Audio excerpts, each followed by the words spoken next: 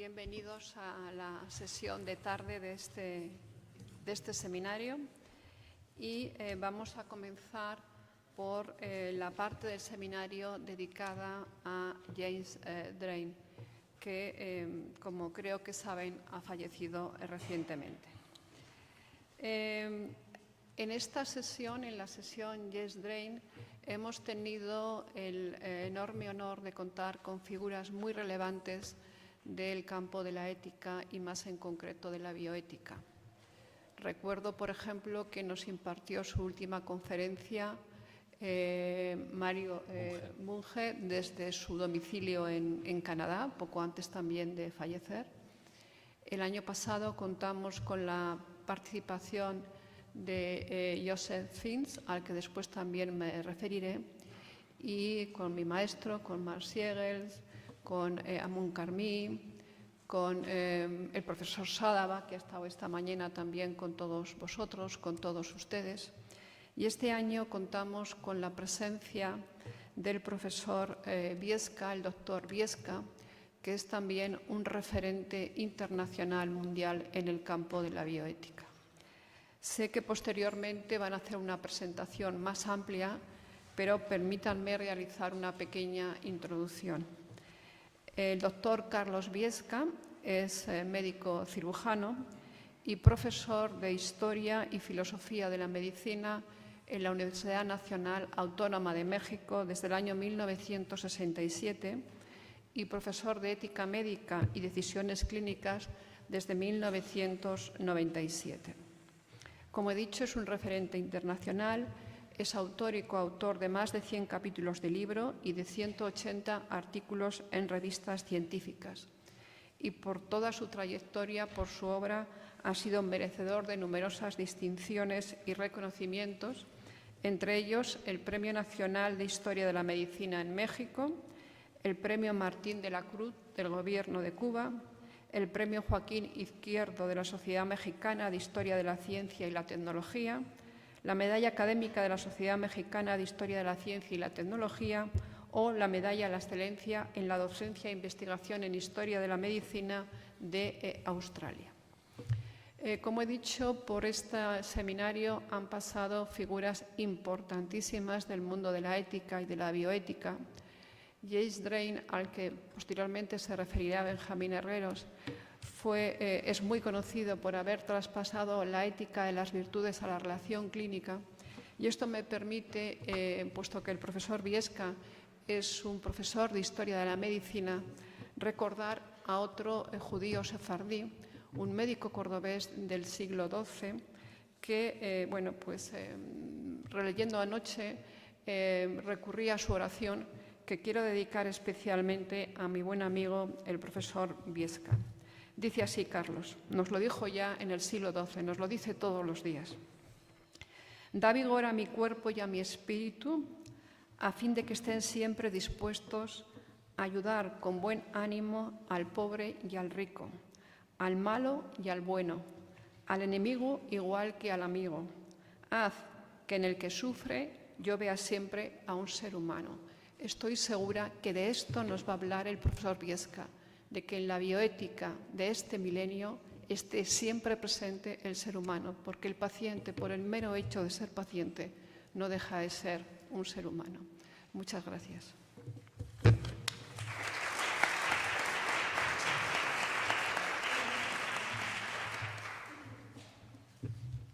Bueno, buenas tardes a todos. Muchas gracias por la presentación, María. Luego ya más extensamente Antonio López Vega, director del Instituto Universitario de Investigación Ortega Marañón, hará una presentación más amplia y una laudatio sobre el profesor Bieska. Y efectivamente, esta es la lección magistral James Drain, se llama así por él, la inauguró hace tiempo y han pasado. La idea era, de alguna manera, celebrar la vida de algunos autores que han contribuido al desarrollo de la bioética en España y Latinoamérica, y nadie mejor que Drain representaba esto. Fue tan generoso que vino en 2017 con nosotros a inaugurarlo. Ahora después veremos alguna imagen de aquellos momentos.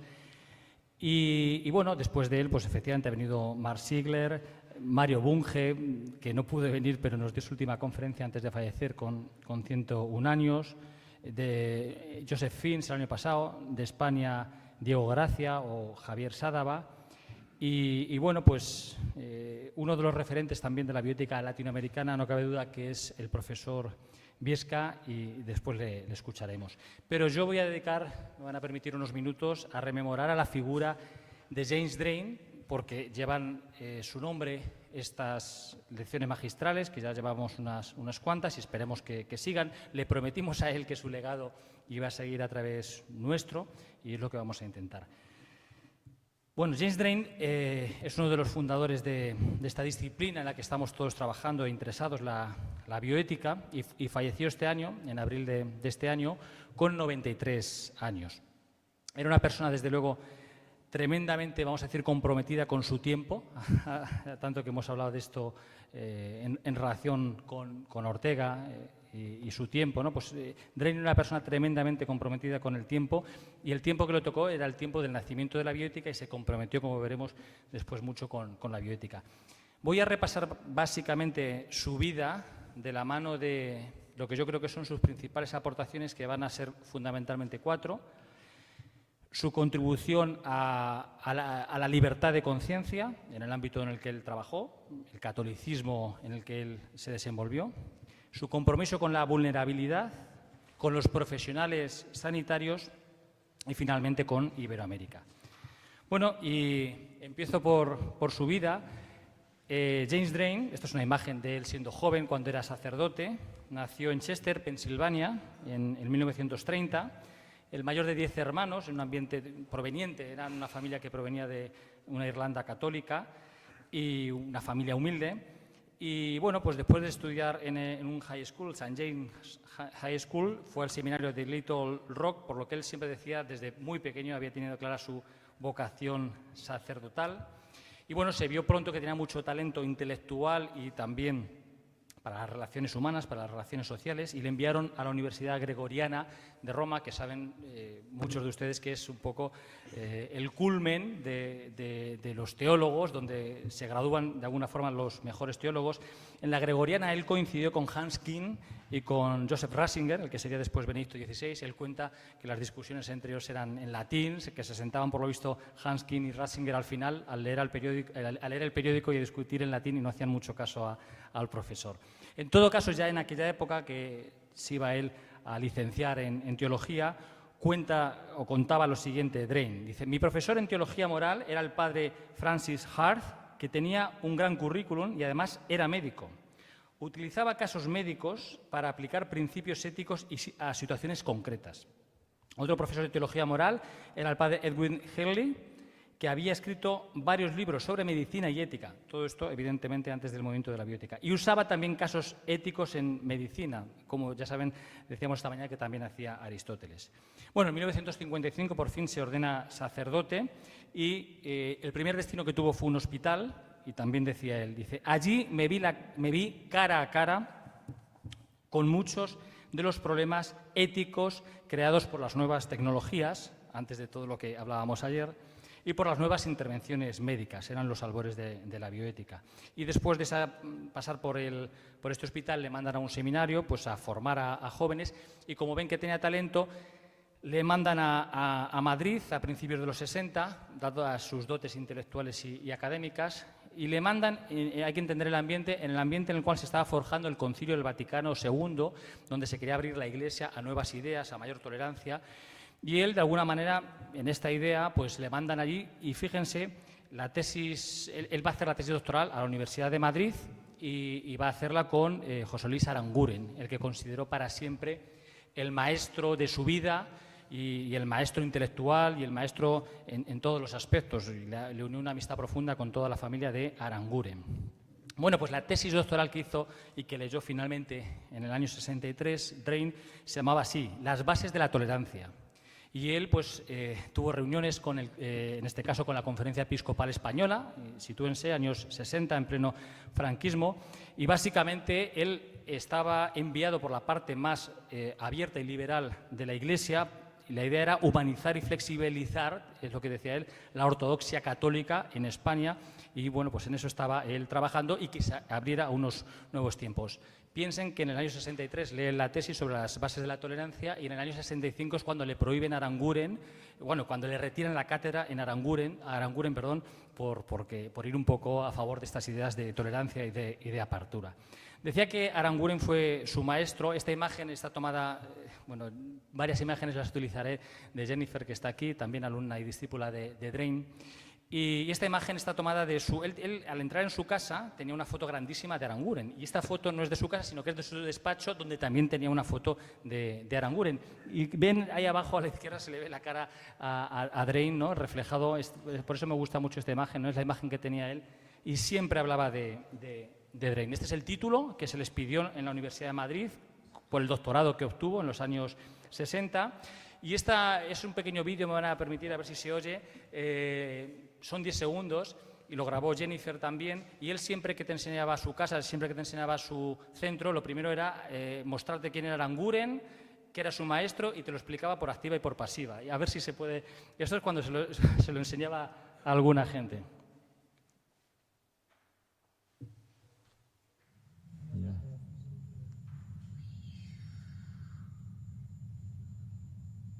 Qué bien.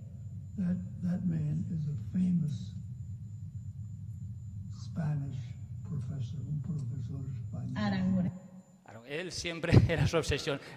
Cuando entrabas allí te explicaba quién era Aranguren porque, bueno, para él lo era en gran medida, lo era casi todo. Bueno, pues de regreso luego a Estados Unidos, ya vamos a empezar con de los 4 compromisos que le decía. Voy a empezar con el primero de ellos. Le decía el compromiso con la libertad de conciencia, podríamos decirlo por un catolicismo liberal.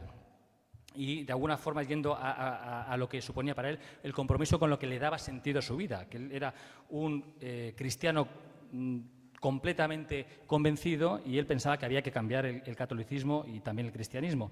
Bueno, tras doctorarse, trabajó mucho en cuestiones de integración racial y también en cuestiones de ecumenismo. Él estaba obsesionado con unir a todos los cristianos, a protestantes, incluso con los judíos, y bueno, muy sensible con el sufrimiento humano. Él le llegaban muchas confesiones de gente joven que tenían problemas pues, para tener más hijos. Y claro, la ortodoxia de la Iglesia era pues, que no había que poner límites a la naturaleza.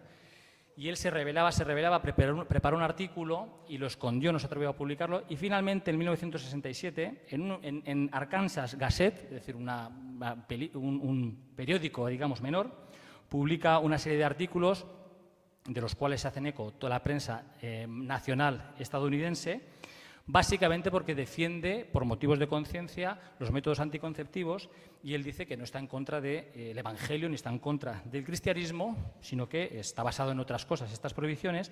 Y ya digo que Life Magazine, que Life, pues ya saben ustedes que es una revista la más popular entonces en Estados Unidos, fíjense, la voz de un atormentado y rebelde sacerdote, divulga sus artículos, sus ideas y bueno, pues a favor, insisto, de la tolerancia y de esta apertura y concretamente del control de la natalidad, sin que esto fuera en contra de la ortodoxia cristiana. Bueno, pues aquí ven alguna otra imagen que se ve en un Drain completamente pletórico de vida. Bueno, pues se hace eco de esto, claro, rápidamente la Iglesia, y el obispo, que era Albert Fletcher, le expulsa inmediatamente del seminario. El caso llega a Roma. Le llaman a Roma, él va a Roma y él se ratifica de que él, por conciencia, defiende esto, y le dan varias opciones: o una parroquia pequeñita y guardar silencio, retractarse públicamente, son las dos cosas que le dan a elegir. Él dice que no se va a retractar y escoge el Estado laico. Siguió siendo cristiano y católico toda su vida, pero escogió el Estado laico porque no iba a renunciar a sus ideas, y con 37 años se queda, como se dice comúnmente, con una mano delante y otra detrás, y es verdad que gran parte del ámbito que le rodeaba católico le da la espalda y encuentra amistad, encuentra ese apoyo en ese ecumenismo que él defendía en muchos protestantes, en judíos, y concretamente James Gustafson, si el año pasado se acuerdan, la lección magistral que dio Finch fue sobre Gustafson. Gustafson era un profesor en Yale de ética que formó a lo que se llaman los fundadores de la bioética, es decir, a Buchan, a Hellegers, a gran parte de los fundadores de la bioética se formaron con Gustafsson, Callahan, David Callahan y también Drain.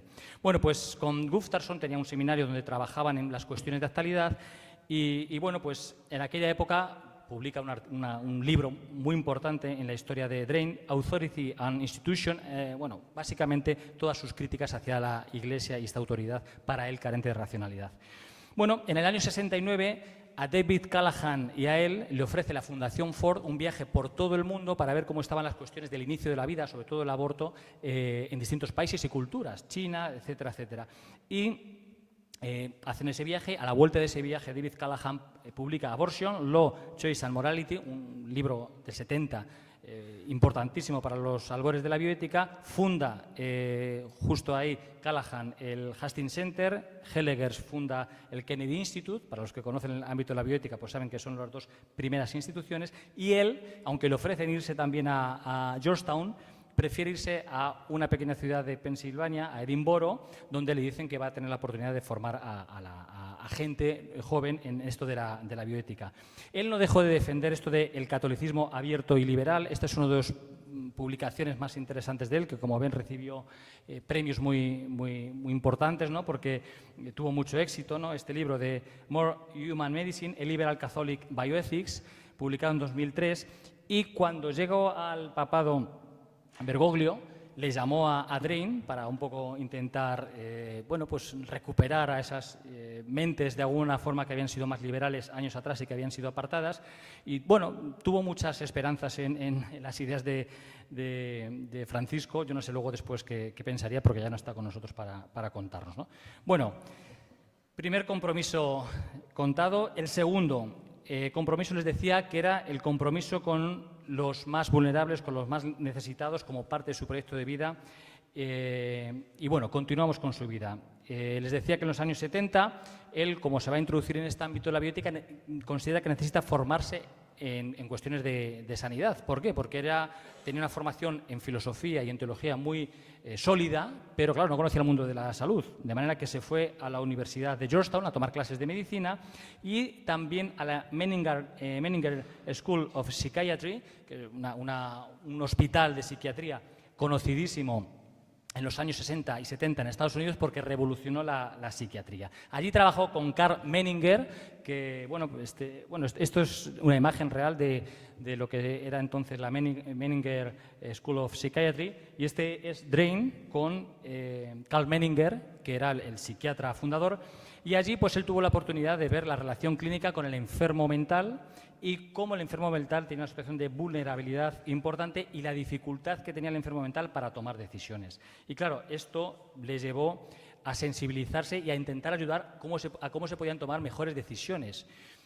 Entonces ya saben que los pacientes era un poco blanco o negro. Se les pasaba a los que somos del ámbito sanitario el mini-mental y o bien tenían demencia y no podían decidir, o si no tenían demencia, pues podían decidir. Y él se dio cuenta que dependía de la situación clínica, del momento, y fue el primero que propuso, ya saben, una escala, la famosa escala Drain, para ver si el paciente es capaz para decidir en función de la decisión, del momento y de una serie de factores, que es verdad que esta escala Drain luego después se ha superado, pero ya digo que tiene que ver con el intento de defender al enfermo mental con discapacidad, diríamos hoy día, para que se protegiera más sus decisiones, de lo que habla esta mañana Mercedes Navio. Una ayuda que no solamente ha sido para el enfermo mental y para los enfermos en general, sino también para los propios profesionales. Siguiente compromiso, bueno, les decía que era con los profesionales sanitarios, y concretamente aquí hablaría ya de un compromiso casi intelectual. Él tenía unas grandes dotes intelectuales. Una vez que empieza por los caminos de la bioética, en el año 87 pide, porque él no había olvidado España y su estancia con Aranguren. Cuando estuvo con Aranguren conoció a Pedro Laín Entralgo y le causó una gran impresión Pedro Laín Entralgo. Bueno, pues en el año 87 pidió una estancia en Madrid, en la Universidad Complutense, para estar con Pedro Laín. Y en el año 88 publicó el que es su libro más conocido y yo creo que el mejor libro de Drain, que es Becoming a Good Doctor, el lugar de las, cómo ser un buen médico, en lugar de las virtudes, en el carácter del médico. Aquí básicamente expone su teoría ética sobre el médico. Él habla de que en Estados Unidos la medicina está en crisis, que los médicos solo se preocupan de ganar dinero y que cuando hay un problema moral, pues buscan una serie de normas, de reglas, se ciñen a ellas y poco más. Y él dice, lo que decía es que se había olvidado la educación, la formación, el carácter del médico, cómo tenía que ser el médico. Entonces él básicamente aquí de lo que habla es que el médico tiene que tener claro un proyecto de vida hacia el cual dirigirse, el compromiso pleno con el ser sufriente, un compromiso que decía que tenía que ser completo, incondicional, absoluto, y de ese compromiso y de esa idea clara, de ese objetivo, ya iban surgiendo las virtudes que tenía que tener el buen médico, el médico, que las enumera. Dice que hay 4 prioritarias para él, se las enumero: benevolencia, decía que tiene que ver con el diagnóstico, pronóstico y tratamiento; veracidad, la comunicación; respeto al otro en la toma de decisiones; y amistad. Como ven, la influencia aquí, los que conocen la obra de la amistad, pues para canalizar los sentimientos y demás. Como ven aquí, la influencia de Pedro Laín en su obra es decisiva, ¿no?, en la relación médico-paciente y en esa relación de amistad. En este mismo compromiso intelectual, a la vuelta de Estados Unidos, a la vuelta de España, se funda en Edimburgo, gracias a la ayuda de algunas contribuciones altruistas, el James Drain Institute, donde pretende desarrollar toda su actividad académica e intelectual. Un instituto, bueno, por el que ha pasado mucha gente. Aquí tenemos a nuestra amiga Jennifer. Yo estuve en 2008, hace ya 15 años, con algún amigo que alguno le reconoceréis. Y bueno, pues un compromiso intelectual que luego después, yo creo que su paso por España le hizo que Latinoamérica para él de alguna manera siempre fuera importante, el español, la comunicación en español. Esto es su instituto, aquí algunas de sus grandes obras. Hay una que es curiosísima, que es un peregrino en Rusia. Él, cuando era una persona muy avanzada, cuando estuvo en los años 60 en España, se escapó con no sé quién, lo ha contado muchas veces, y se metió en Rusia pues como si no conociera a nadie, y luego contó su experiencia. Bueno, ahí están grandes muchas de sus obras. Él decía su compromiso con Iberoamérica o con Latinoamérica. Aquí le ven que parece, no dejó de ser, eso es lo que le conocimos, siempre lo decimos, no dejó de ser siempre un predicador, porque él de alguna manera siempre se sintió así y siempre fue así. Pues aquí le ven predicando de alguna manera bioética en Iberoamérica.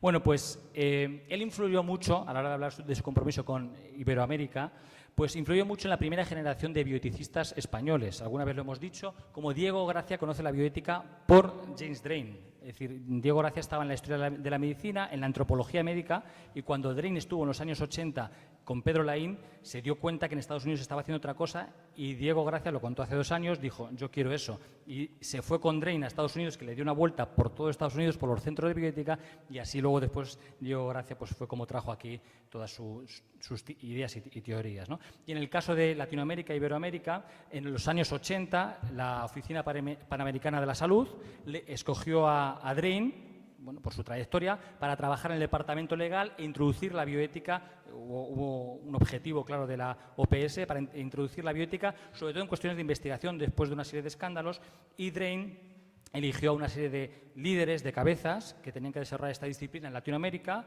Fernando Lolas, Alberto Mainetti, Llanos. Por supuesto, también más adelante se incorporaría a este cuantioso número de líderes intelectuales el profesor Biesca. Y pues ya estamos acabando. Esto si estuviera aquí el profesor Sádava, esto es de cuando estuvimos en Latinoamérica, pues compartiendo mesa con Javier Sádava. Y les decía que dentro de ese compromiso él vino aquí a Madrid, les decía, en el año 2017, pues para seguir con ese trabajo de difundir la bioética en Iberoamérica, en España y en Latinoamérica.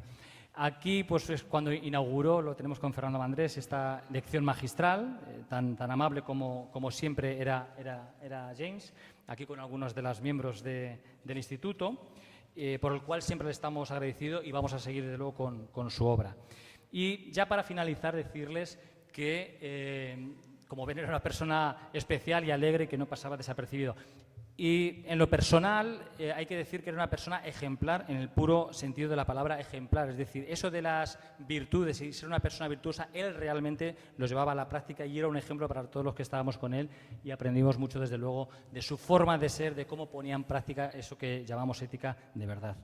Y nada más, con esto le damos un pequeño homenaje a James Drain y muchas gracias a todos.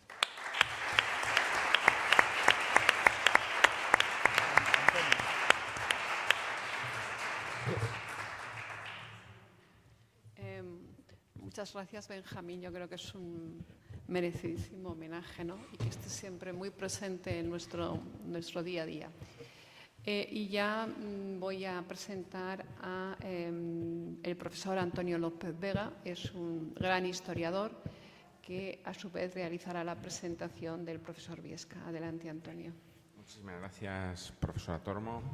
En primer lugar, agradecer a mi amigo Benjamín Herreros, director de nuestro máster de bioética clínica, que me haya invitado a intervenir esta tarde aquí, porque para mí intervenir esta tarde es no solo un privilegio, como todos ustedes comprenderán con este antecedente, sino también una enorme satisfacción por la personalidad a la que me toca presentar, que es ni más ni menos que el profesor Biesca, ¿no? Carlos Biesca es, aparte de todos los méritos que le adornan, personales e intelectuales y académicos, es una personalidad en el amplio sentido del término. Lo van a ver enseguida, es un intelectual que llena de contenido y de incitaciones todo y cada una de las cosas que dice e indica. Y en un tema como el que estamos trabajando en este seminario de biomedicina, ética y derechos humanos, pues nadie mejor que él, efectivamente, para llevar el nombre de la sesión clínica James Drain en este año de 2023. Carlos Biesca, además, realizó su tesis doctoral sobre la configuración de la medicina novohispana entre 1521 y 1620, es decir, en el primer momento del encuentro entre los dos mundos, con los primeros virreyes, los primeros exploradores, el primer mestizaje, y en ese sentido realmente es un historiador de la medicina que, al reflexionar sobre ese encuentro de dos mundos civilizatorios en un contexto tan absolutamente desbordante como el que se vivió en América en el inicio del siglo XVI, pues realmente es, como digo, uno de los grandes referentes del pensamiento histórico e intelectual de nuestro tiempo. Es catedrático en la Universidad Nacional Autónoma de México, como todos ustedes seguramente saben. Todos los premios que ha citado la doctora Tormo, centenares de artículos, decenas de monografías, pero lo más importante, a mi modo de ver, es que realmente nos ofrece eso que los químicos dirían pensamiento puro destilado. Es decir, el profesor Biesca, efectivamente, de sus dos maestros, el directo Fernández del Castillo, el indirecto Pedro Laín, recibe esa ambición de no solo ordenar, jerarquizar, clarificar los datos, sino además ir un paso más allá, ir un paso hacia, digamos, el pensamiento en el sentido que lo hemos entendido en el siglo XX-XXI, en este gozne del siglo XX y siglo XXI, que es lo que él efectivamente representa. Laín Entralgo, como se ha dicho aquí, es, digamos, su referente último en nuestro país, muy vinculado a José Luis López Aranguren, de alguna manera u otra en diferentes, digamos, aventuras, pero en la misma tradición intelectual, vinculados a esos que fueron en inicio, sobre todo en el caso de Laín, un falangismo liberal, como le han llamado algunos, que ya en los años 60 evolucionan hacia la España de todos posible. López Aranguren más de la mano de Cuadernos para el Diálogo, Laín Entralgo de la mano de la formación de diferentes historiadores de la medicina, como el profesor Diego Gracia Guillén, tan querido por todos y al que ya se ha citado aquí esta tarde. En ese sentido, efectivamente, el profesor Biesca hace toda una serie de trabajos, y yo voy a referirme solo a dos, decenas, como digo, de monografías, centenares de artículos, pero me gusta especialmente su reflexión a propósito de ese encuentro entre los dos mundos a inicios del momento de la conquista. Él nos habló el otro día, en la hora de la Ortega Marañón, del Códice de la Cruz Badiano. Yo he tenido ocasión de trabajar, por incitación suya y de Javier Puerto, en la edición de una nueva edición facsímil de los 8 volúmenes de Francisco Hernández, que ahora va a parecer mucho más matizado, pero realmente el pensamiento historiográfico y, digamos, de contextualización que prima en ese contexto es clarísimamente el del doctor Biesca. En este sentido, y ahí es a donde quería llegar, él es, como digo, un intelectual del siglo XX, siglo XXI. Esto que estoy diciendo no es simplemente una grandilocuencia porque, como sabrán ustedes seguramente, en Francia se discute sobre la existencia de los intelectuales después de la muerte de Raymond Aron y de Jean-Paul Sartre, allá por 1983-1985. Los teóricos de todo esto discutimos y, digamos, más o menos hay un cierto consenso después de que el intelectual de final del 20, comienzos del 21, es aquel que, siendo especialista en su ámbito de conocimiento, en este caso la historia de la medicina, realmente trasciende sus ámbitos disciplinares, como estamos viendo hoy aquí, pues no deja de ser significativo, efectivamente, en este sentido, el ámbito bioético que abarca la propia obra del profesor Biesca. En este sentido, su pensamiento, por supuesto, hibrida con Fray Bernardino de Sahagún, que citábamos el otro día, Francisco Vitoria, Luis Vives, todos los padres del pensamiento novohispano, ¿no? del XVI, y también con Sor Juana Inés de la Cruz, como no puede ser de otra manera, y todas aquellas figuras que dibujaban el escenario intelectual del mundo, como digo, novohispano, ¿no? En este sentido, y dado que somos un instituto que se llama Ortega y Gasset Gregorio Marañón, sí quisiera recordar también cómo Gregorio Marañón escribe aquel libro de Vocación y Ética en 1936, que inspira a Laín Entralgo y que de alguna manera también recoge la herencia en la que bebe el profesor Biesca, y muy especialmente porque fíjense que Gregorio Marañón, además de escribir este libro, ¿no?, que sirve de guía a los diferentes médicos de su tiempo, escribe es también, digámoslo de manera enfática, biógrafo e historiador. Y al ser biógrafo e historiador, digamos, vuelve a entroncar y, por tanto, el espejo en el que debemos mirar, me parece a mí, al profesor Biesca, es precisamente el de Gregorio Marañón, que es de nuestros médicos el más historiador, como le pasa a nuestro protagonista de esta tarde. Esto efectivamente recoge la herencia orteguiana en el sentido más estricto del término, ¿no?, que todo ser humano es un ser biográfico, que el ser humano no tiene naturaleza sino que tiene historia, y esto entroncaría con las reflexiones de Drain de los años 60 y que le llevó a esos conflictos teológicos y a ese momento de disrupción que protagonizó en la Universidad Alemana Kuhn y Ratzinger, como ha citado Benjamín aquí, pero que realmente es todo un magma que ilumina eso que conocemos como el concilio y el posconcilio, y donde Drain efectivamente tiene un protagonismo esencial, pero digamos todos los discípulos de los Laínez, Aranguren, Drains y demás dejan una estela tan brillante como la de nuestro protagonista de esta tarde, ¿no?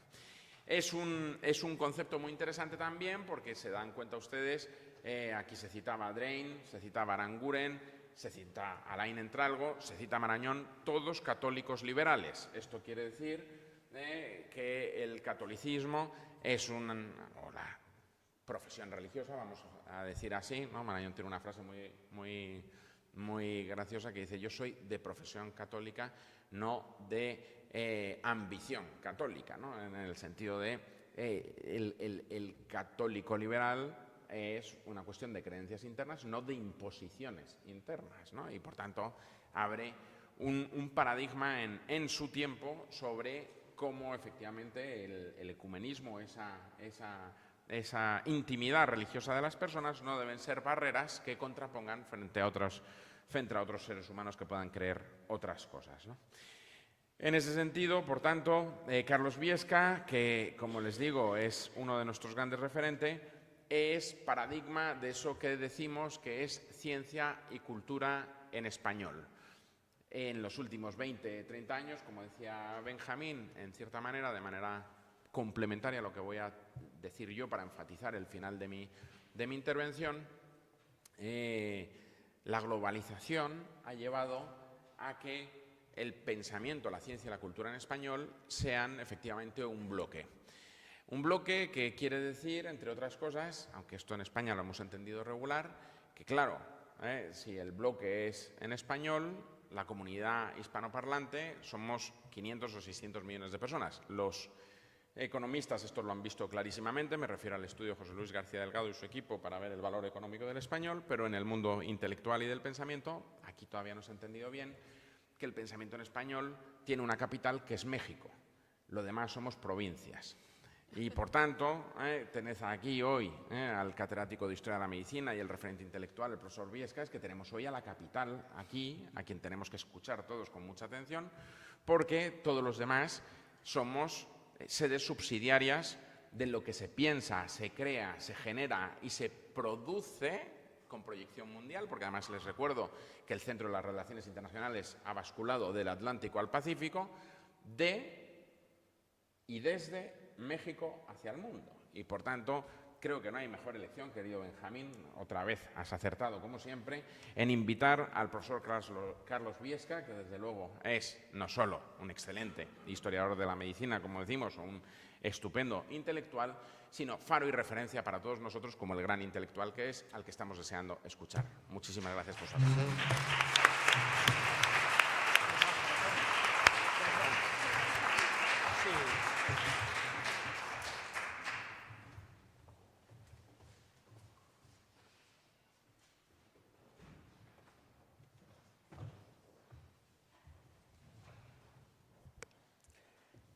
Buenas tardes.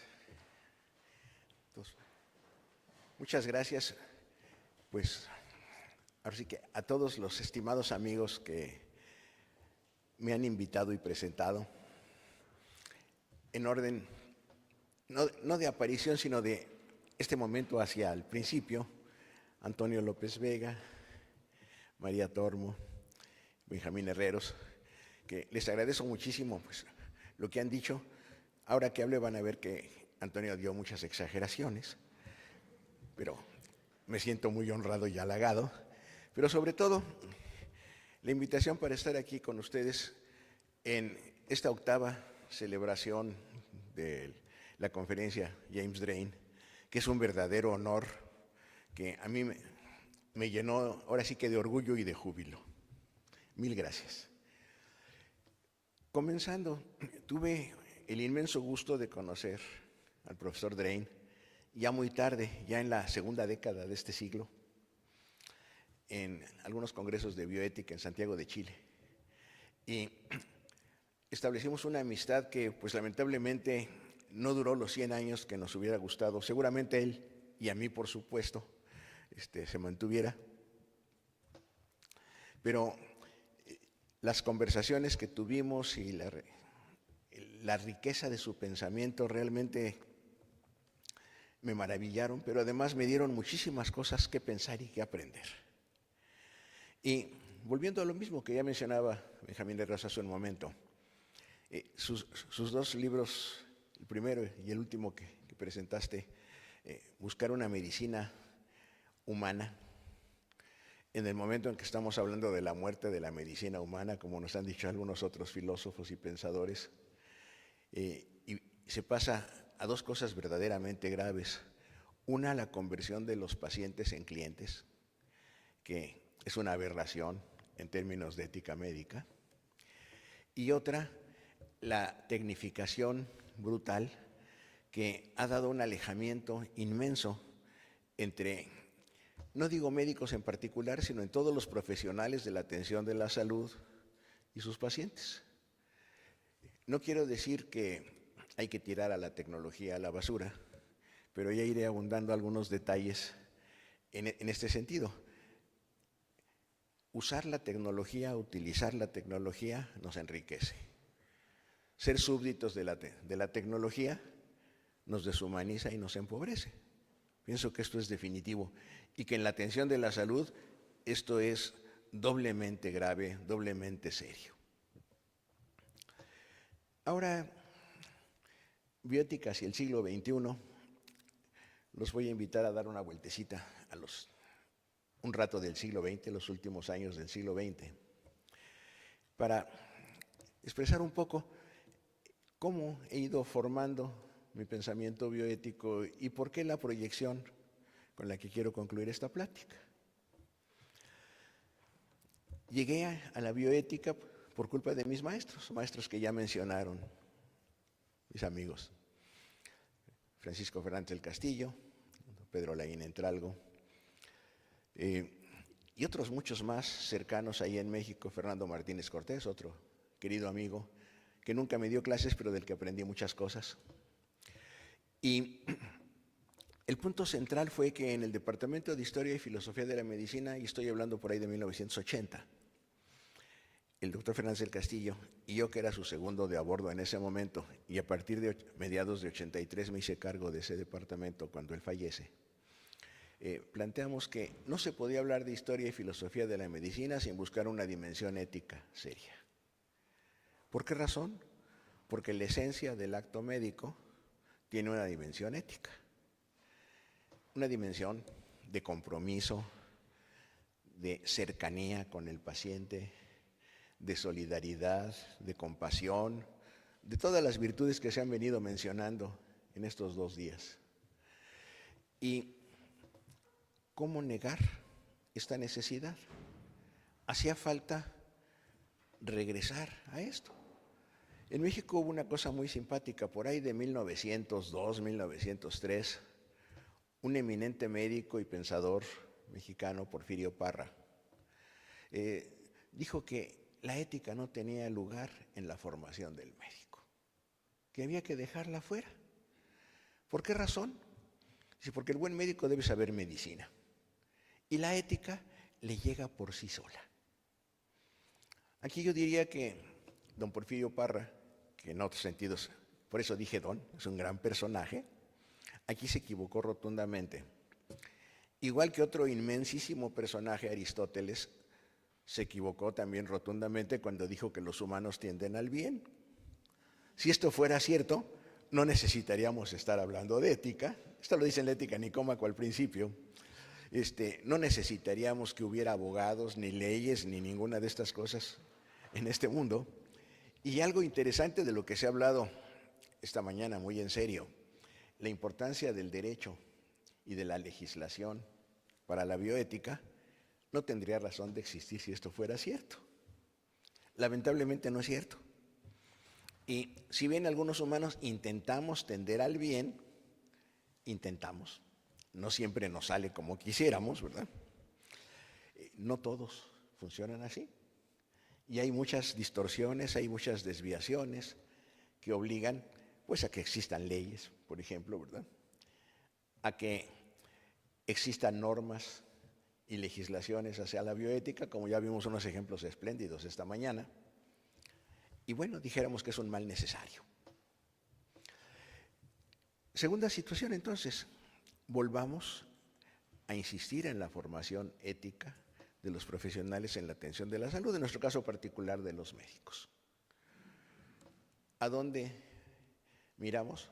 Pues como siempre, el pensamiento hipocrático, no solo el juramento, que es el más conocido, que además ya en la forma en que ha llegado a nosotros ha llevado varias variaciones. La última, la de la Organización Mundial de la Salud, modernizando el juramento y cambiándolo en esencia en algunas cosas. Pero también desde tiempos inmediatos posteriores a Hipócrates, estaría yo pensando cerca de la mitad del siglo IV a.C., vemos que hay una influencia pitagórica muy seria, que Hipócrates en sus últimos escritos, aunque era alumno de Alcmeón de Crotona y en cierto sentido pitagórico, en otras obras lo desecha, lo cambia. Por ejemplo, cuando habla del pronóstico, en algunos de los aforismos, en fin, hay varios textos en los que ya no está tan apegado a esta visión de qué hacer, qué no hacer.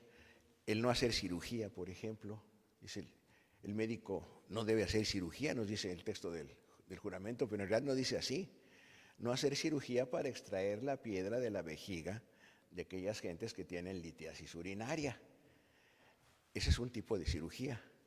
No intervenir en la atención de los partos, había comadronas. Y vemos que todavía en el siglo XVIII el médico empieza a atender partos, pero partos complicados. Los demás se dejan a la partera. Y que esto también en el siglo XIX es un elemento muy importante para la aproximación y luego la integración de las mujeres a la medicina, cosa que pues, había faltado por muchos siglos y que afortunadamente se ha dado. Ahora en nuestras escuelas tenemos mayoría de compañeras estudiantes de medicina versus cada vez más poquitos varones estudiantes de medicina. Esto es interesante. Y en México una cosa curiosísima, fíjense, hay más varones en enfermería que mujeres. Se invirtieron los patrones. Todavía no acabo de entender por qué, pero por ahí también se los dejo de tarea para que pensemos un poquito. Pero inmensamente bienvenidas las compañeras médicas, ¿verdad? Entonces, estos cambios se hacen importantes. ¿Y qué se rescata? Nos encontramos con que hay una corriente bioética norteamericana en los principios de lo que vimos ahí en México y que iba muy sesgada a dos grupos de personas que estaban próximas a México por diferentes razones. Una, la escuela de Georgetown, como Shani Childers y su texto sobre los principios, que además es muy curioso porque casi nadie se ha dado cuenta que nunca hablaron de bioética. Hablan Principles of Biomedical Ethics, ética biomédica. Ellos jugaron un poquito, llamémoslo subrepticiamente, a la bioética. El segundo, Tristan Engelhardt, personaje también muy polémico y muy interesante, crítico de Beauchamp y Childers en algunos aspectos, seguidor de ellos en otros y innovador en otros, que en sus últimos, pues prácticamente 30 años de su vida, se fue a plantear lo que sería una ética cristiana, no católica, sino en términos de estas sectas, llamémosla, o tendencias cristianas que abundaron en Estados Unidos y siguen abundando en Estados Unidos. Él era un personaje particular, iba a México bastante, también tuvimos, mi esposa y yo, el gusto de conocerlo y de hacer amistad con él y de acompañarlo en su celebración de sus 25 o 30 años de profesor de bioética en Baylor, en los seminarios que le hicieron las gentes. En fin, una amistad cercana con el que en ciertos momentos discutimos mucho, aprendí mucho de él también, más de sus pláticas que con los libros aún, pero siempre jugando con él lo molestábamos diciéndole que su único y inmenso defecto era pensar que el mundo civilizado se acababa en las fronteras de Texas. Siempre lo sostuvo así. Él decía, soy tejano de hueso colorado, ¿verdad?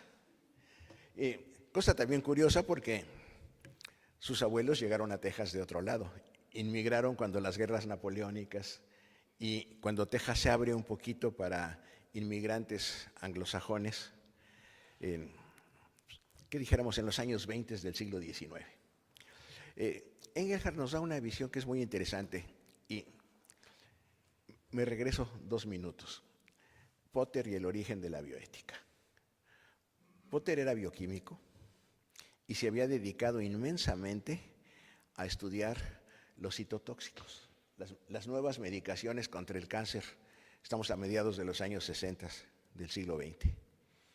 Y yo siempre he pensado, es interpretación personal, con todos los riesgos de errores, que el doble efecto de los citotóxicos en ese momento fue lo que en cierto momento hizo pensar a Potter que las cosas eran raras y que había que pensar cuál era el verdadero valor de convertir esta tecnología, estas nuevas adquisiciones médicas para convertirlas en sabiduría. ¿Qué es su peso? ¿Por qué pienso esto? En ese momento, utilizar citotóxicos era un doble riesgo. Un buen número de los pacientes se nos morían, lo digo yo ahora como cirujano, se nos morían en el momento en que les dábamos quimioterapia. Habíamos hecho intervenciones, según nosotros, maravillosas, y para completar con la nueva quimioterapia y dar más garantías de vida, se nos morían los pacientes.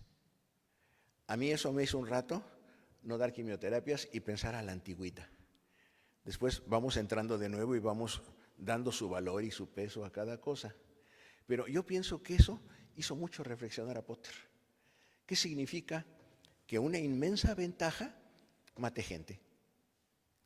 ¿Cómo hacemos para establecer una balanza, un balance y pensar que esta inmensa ventaja que nos da la nueva farmacología, los descubrimientos, la ciencia, debe ser contrabalanceada con un uso sabio, para usar el término de él. ¿Cómo convertimos en sabiduría este conocimiento? Pienso que esto está en la esencia del principio de la bioética, y el primer texto, Bioethics Bridge to the Future, de Potter, ya primero en el artículo que publica una revista y después en el libro, nos lleva por este camino. ¿Cómo convertimos esto en sabiduría? En él hay otra cosa que a mí me simpatiza mucho, que es su evocación a Teilhard de Chardin, este inmenso pensador jesuita de origen, excomulgado por andar diciendo que la evolución sí era cierta y que siguió trabajando en China. Tuvo la inmensa suerte de encontrar los primeros cráneos del Sinanthropus pekinensis, un equivalente al Pithecanthropus, y cuando se encuentra este cráneo, pues yo me imagino que se puso a platicar con él, como todos nosotros hemos practicado en anatomía con los cadáveres que disecamos, o en los libros con los autores que leemos. Yo tengo una inmensa cantidad de amigos que se murieron hace muchos siglos, pero con los que sigo platicando cada que hablo sus libros, y que si comiera un poco de peyote, que platicábamos ahora en la comida, pues podría platicar yo también con ellos, ¿verdad? Como no acostumbro consumir peyote todos los días, pues a veces no me contestan. Pero también, si empieza uno a jugar a la meditación budista, pues podríamos encontrar respuestas de estos autores de hace 3 o 4 siglos. En fin, ¿cómo convertimos en sabiduría? Pero en el caso de Teilhard de Chardin y la bioética, da algo que puede ser interesante para la corrupción de utopías. Y aquí yo propondría una herejía. A lo mejor podríamos cambiar utopías que hoy en la mañana comentaron hace rato, que son inalcanzables y que quedan allá en algo, en espacios infinitos. Si le ponemos eutopías y le ponemos una E, podríamos encontrar los lugares bueno, buscar los lugares buenos en nuestras formas inmediatas de acción. Quizá esto sería interesante y nos permitiría andar inventando estos espacios, andar buscando cómo alimentar estos espacios para darles un sentido ético en términos de nuestra actividad profesional. Aquí ya empezamos proyección del antes hacia el siglo XXI. Pero volviendo a Teilhard de Chardin, la cosa preciosa es que pensando en evolución, dice, bueno, pudimos ser, estoy pensando ahora en un autor mexicano, Alfonso Reyes, ajolotes. El ajolote, el animalito que un buen día decidió que no se convertía en salamandra, que se quedó como ajolote. Pero ahora vamos a pensar del otro lado, el ajolote que sí decidió convertirse en salamandra. Teilhard de Chardin dice, bueno, pasamos en la evolución de reptiles a cuadrúpedos. Un buen día nos levantamos y encontramos que se puede hacer oposición del pulgar y cranealización y el cerebro que va creciendo hacia los lóbulos frontales. Ahí tomó Teilhard de Chardin algo fantástico. Dice, nos estamos evolucionando hacia la noósfera. El ser humano evoluciona hasta el momento en que se pueda algún día, si tenemos paciencia, unos cuantos millones de años, en pensamiento puro. Este fue el punto central que a Potter le fascinó y que es fascinante. Yo también he sido un lector vicioso de Teilhard de Chardin, le doy vueltas muy frecuentemente, pensando no solamente en la noósfera, sino en cómo estamos aquí para caminar hacia allá. ¿Qué hacemos para pensar? Para pensar más racionalmente, más sustantivamente, con más compromiso, y aquí aparece la ética. No me puedo dedicar a pensar las máximas estupideces que se me ocurren todos los días, que ese es un buen vicio además, en cierto momento distrae, ¿verdad? Pero, ¿cómo pienso en serio? ¿Y cómo busco que mi pensamiento sea reflejo de mis preocupaciones? Y en este caso, si pensamos profesionalmente y regresando a la bioética, de mis preocupaciones profesionales hacia mi ejercicio profesional y mis pacientes. ¿Qué puedo hacer? Jugando con el libro de Drain, para convertirme todos los días, todos los ratitos de todos los días, en un poquito mejor médico. ¿Qué puedo hacer para esto? Y aquí tenemos un compromiso central.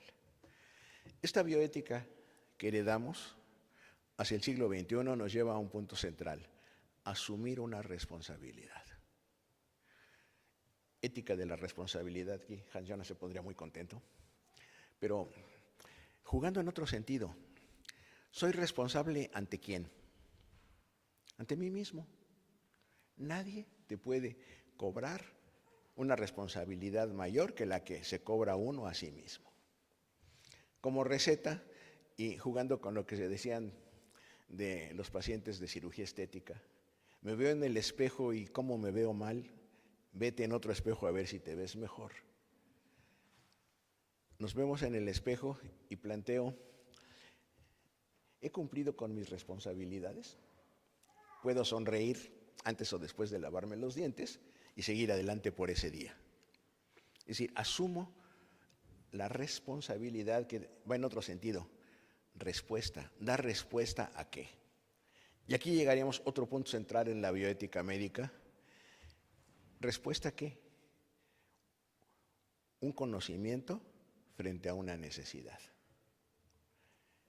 Si yo conozco, ya tengo un problema. Tengo un peso mayor en términos de autoridad que el que necesita de mi conocimiento. Ejercicio del poder, que me hace responsable de no abusar de ese ejercicio del poder y de dar respuesta a la necesidad del otro. Aquí tendríamos un segundo punto.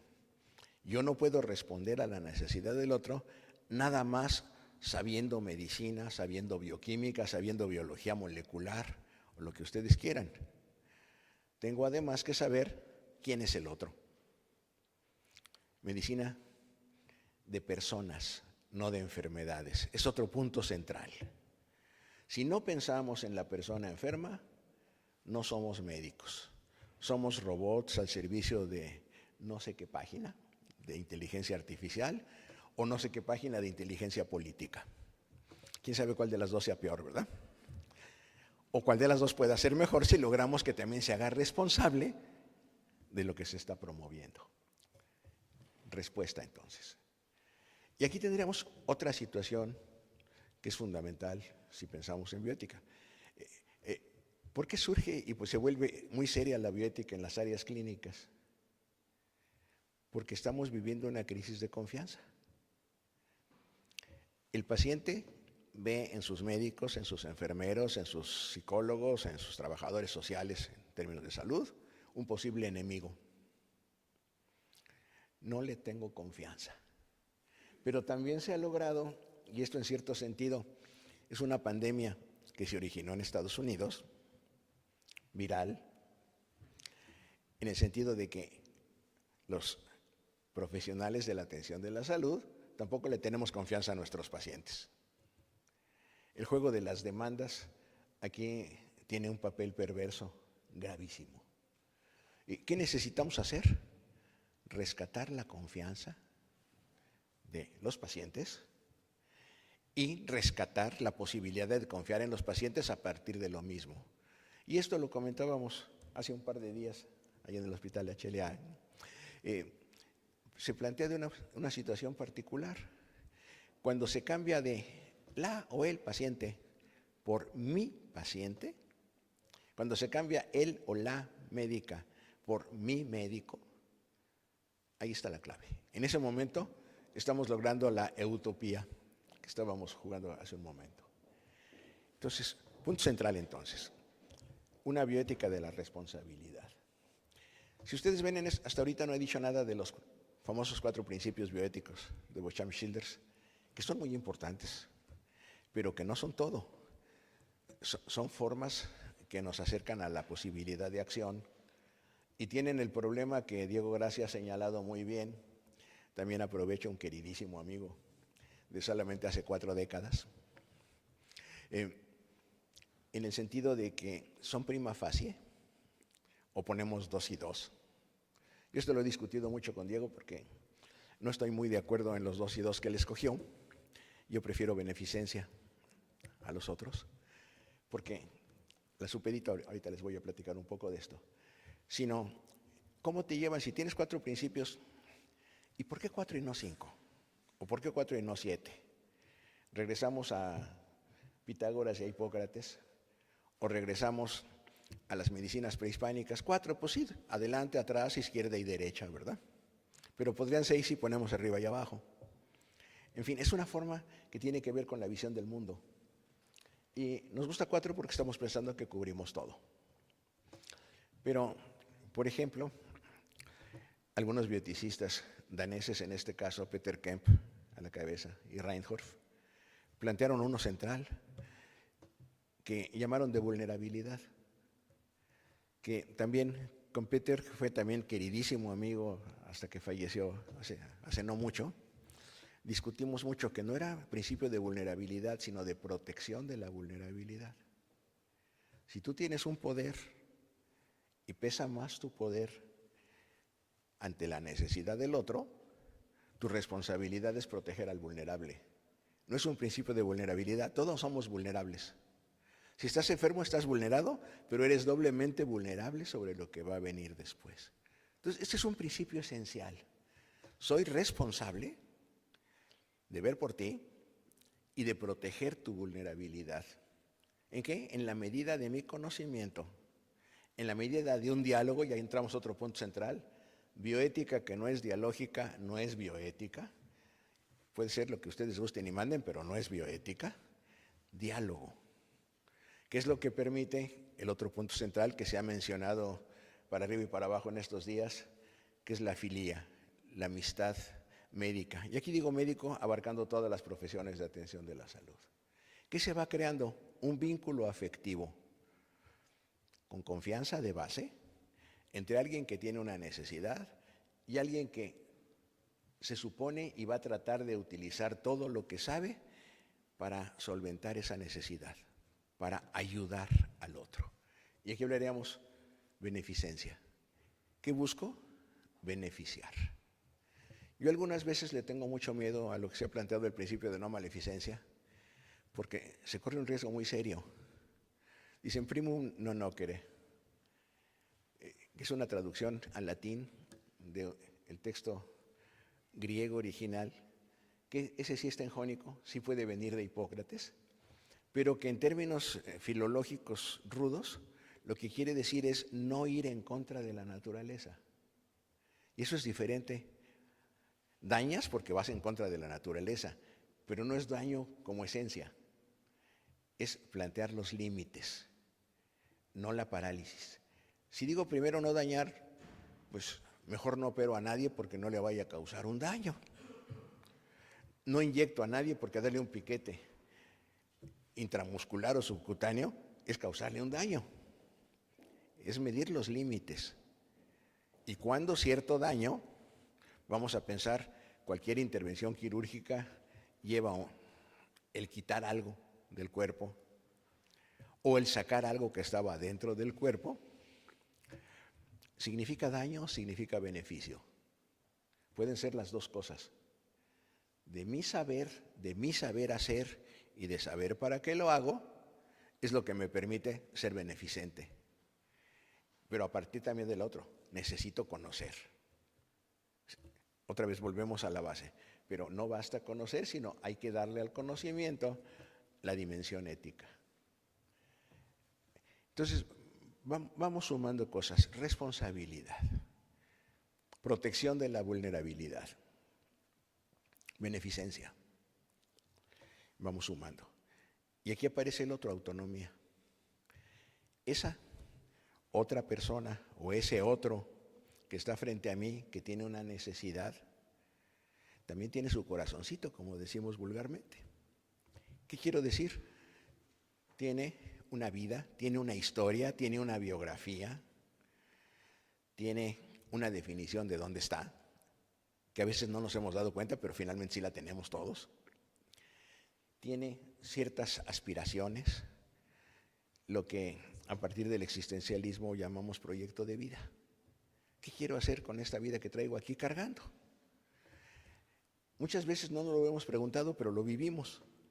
Y cuando nos lo preguntamos, se pasa a otra dimensión. Esto en un diálogo, en la relación médico-paciente. Y fíjense, digo paciente y no enfermo, de adrede, porque persona, no alguien que carga una enfermedad, sino persona que carga una enfermedad. Esto lo tenemos que explorar. Y esto se plantea entonces para dos cosas centrales. Uno, el respeto de su dignidad y su autonomía. Y hablaríamos otra vez, dignidad humana como punto central. Aquí en dignidad hay un problema muy serio. Estamos planeando un simposio para el próximo Congreso Mundial de Filosofía, ahora en agosto, en el sentido de que, ¿qué significa dignidad? Una parte importantísima, ¿somos dignos por ser humanos? Pico de la Mirandola, fines del siglo XV, dijo, claro que sí, porque estamos hechos a imagen y semejanza de Dios. Está bien, es válido. Pero si le preguntamos a Jean-Paul Sartre, nos hubiera dicho, somos dignos porque somos humanos, porque salió de nosotros. Puede decir, hasta porque nosotros inventamos a Dios. Vamos a ponernos hasta el otro extremo, ¿no? Inmanente o trascendente.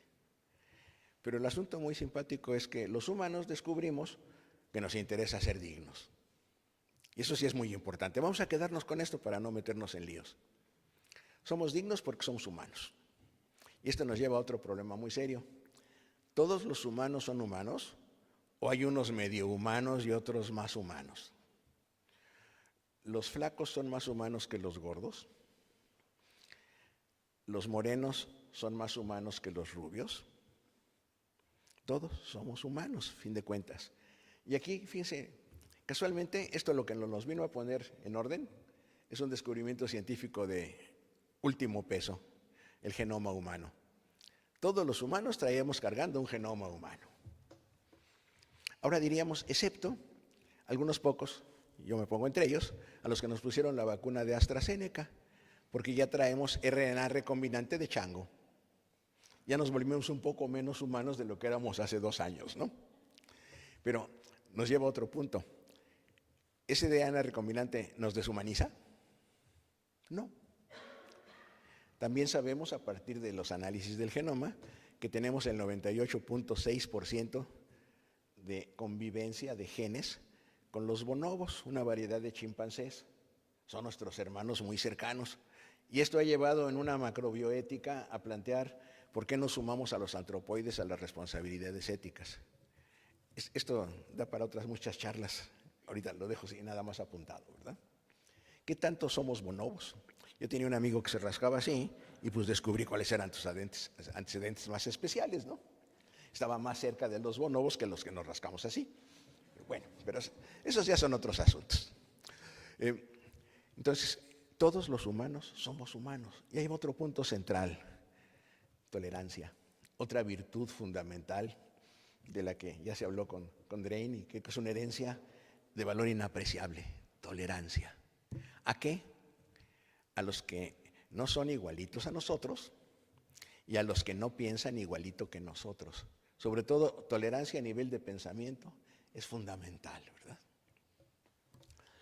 Fíjense, caminando en la calle, podrían ustedes ver un detalle que si nos fuéramos al siglo XV, y a lo mejor aquí en Toledo, vemos una cantidad seria de personas que van hablando solas. Traen sus audífonos. Nosotros sabemos que están comunicando con alguien. Si esto lo ponemos en el siglo XV, todas esas personas iban a dar a la Inquisición por brujería, por estar hablando con el demonio. ¿Significa que esto era correcto? No.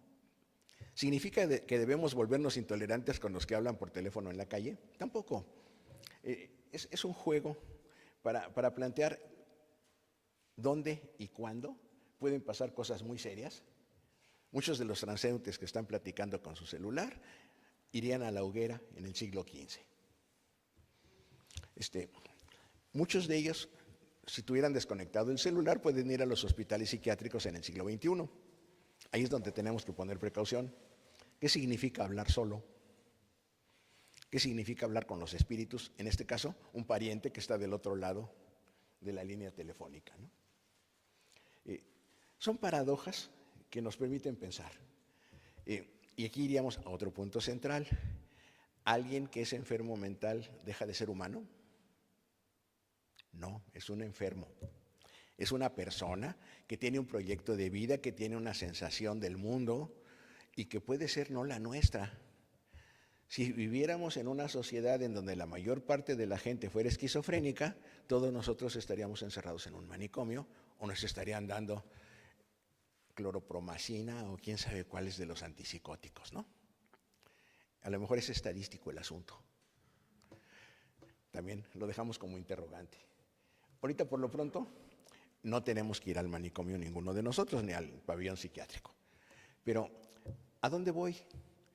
Que esa persona que está enferma, si ustedes quieren por ser diferente que el común, sigue siendo un ser humano digno de atención y representante de humanidad.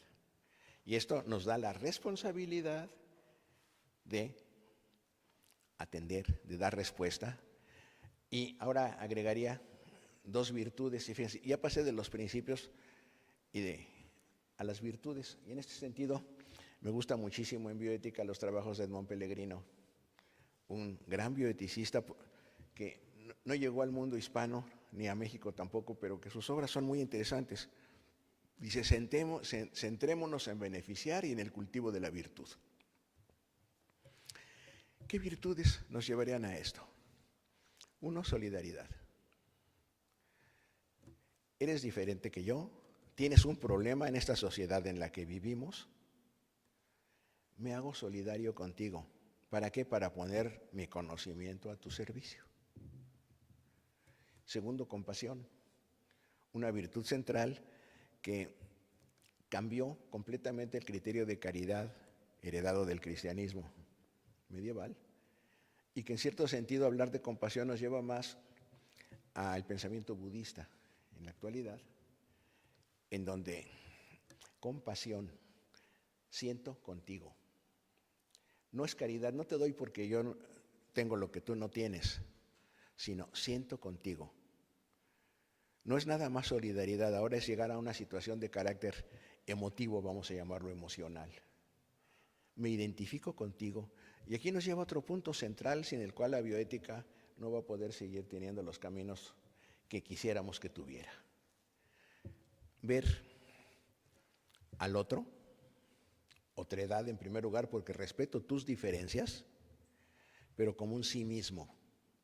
¿Y qué significa? Que un sí mismo es paralelo a mí. Yo para ese otro soy un sí mismo también. Si lo veo así, existe una correspondencia a un nivel humano que favorece justamente la filía, la amistad médica de la que hemos venido ya hablando en ciertos sentidos. Puedo tener compasión de ese sí mismo que está en una condición en la que necesita, si soy un profesional de la atención de la salud, de mis conocimientos para resolver su problema. Si lo veo de esa manera, la situación es totalmente diferente. Estamos rescatando una atención con dimensiones humanas. El rescate de lo humano es el punto central de la bioética hacia el siglo XXI. ¿Y a dónde? ¿Y qué más tendríamos que plantear?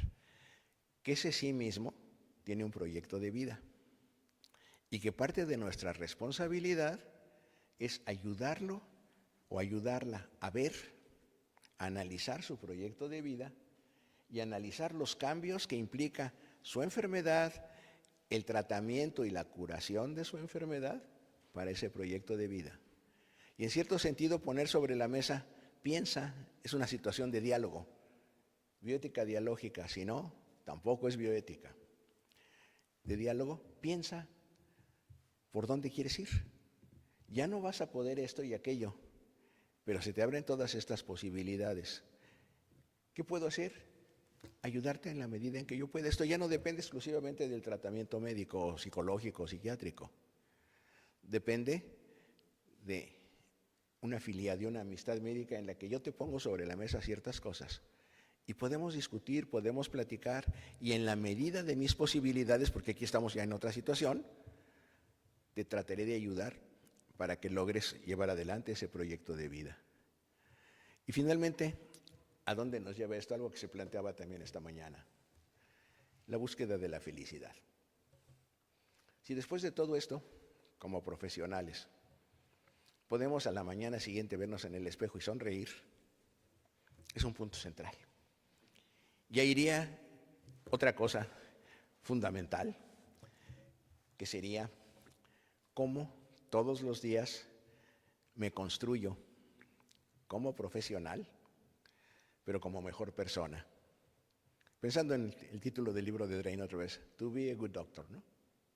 Soy un mejor médico, pero soy mejor persona. Si logro realmente ser médico con toda esta dimensión humana inmensa, humanismo como punto central. Y otra cosa importantísima, ¿qué significan las diferencias culturales, creenciales, que a veces nos hacen ver al otro como un extraño? Que ese es otro punto importantísimo, ¿no? ¿Quién es el prójimo y quién es el extraño? Esta pregunta es importantísima. Se le hacía mucho a don Pedro Laín Entralgo, se le hacía mucho a Paul Ricoeur, se le hacían muchísimos filósofos, se le hacía mucho a Jesucristo en los evangelios. La parábola del buen samaritano va en este sentido. ¿Quién era el prójimo del tipo que estaba ahí tirado? El de Samaria, el que se suponía que era extraño. Esto lleva una anécdota que puede aclarar muy bien esto, ¿no? ¿Quiénes son los humanos, en todo el sentido de la palabra, y cuáles son los animales muy parecidos a los humanos? Unos curanderos jíbaros, amigos míos además, a los que les pregunté una vez, oye, fíjate que me dijeron que por allá, que ustedes comen carne humana. No, hombre, ¿cómo crees? ¿Quién te dijo? ¿Por qué nos preguntas eso? Porque alguien me platicó que por ahí de tal año llegaron unos misioneros a una zona de la Amazonia que está cerca de donde viven ustedes y pues alguna tribu se los comió. Ah, me dice, eso sí, fue en mi tribu, pero son animales blancos parecidos al jíbaro. Entonces, punto central y una estupidez gigantesca, todos los humanos somos humanos. Independientemente de que seamos animales blancos parecidos al jíbaro o que seamos jíbaros, de que seamos deístas, ateos o profundamente religiosos en cualquier religión, de que seamos de izquierda, de derecha o de donde se les dé la gana. Pero esto implica un respeto a la dignidad del otro y una atención a la dignidad de la persona, independientemente de sus creencias, del color de su piel, de todo lo que sea. Y esto nos lleva a otro punto central hacia la bioética del siglo XXI. Reconocer la diferencia de visiones del mundo en las diferentes culturas en las que vivimos y buscar que en cierto momento, con aquellos con los que tenemos que interactuar, son seres humanos como nosotros, son otros mí mismo desde su lado, y que ahí se establece toda esta dimensión. Aplicación de principios, de acuerdo. Aplicación de valores y búsqueda de valores, de acuerdo. Promoción de virtudes, por supuesto, que son virtudes que se reflejan en nosotros y que nos hacen mejores. Pero respeto a la humanidad, a la dignidad del ser humano. Si queremos hacer esto, ¿qué necesitamos? Seguir considerando a nuestros pacientes como otro mí mismo que tiene una necesidad en la que los puedo ayudar.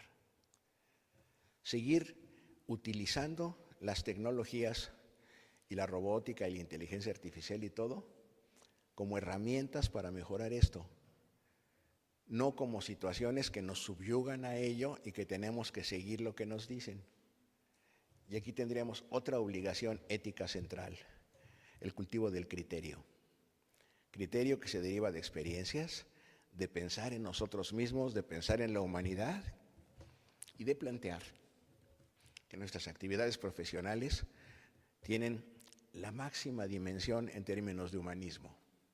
Si no pensamos en humanismo, no estamos siendo buenos profesionales de la atención de la salud. No estamos siendo ni buenos médicos, ni buenos psicólogos, ni buenos trabajadores sociales, ni buenos enfermeros, ni buenos para nada. Seríamos máquinas al servicio de un robot, al servicio de una guía, al servicio de una inteligencia artificial. Desarrollo de criterio. Y término bioético central, formarnos cada minuto, cada hora, cada día de nuestra vida como mejores seres humanos. Muchas gracias.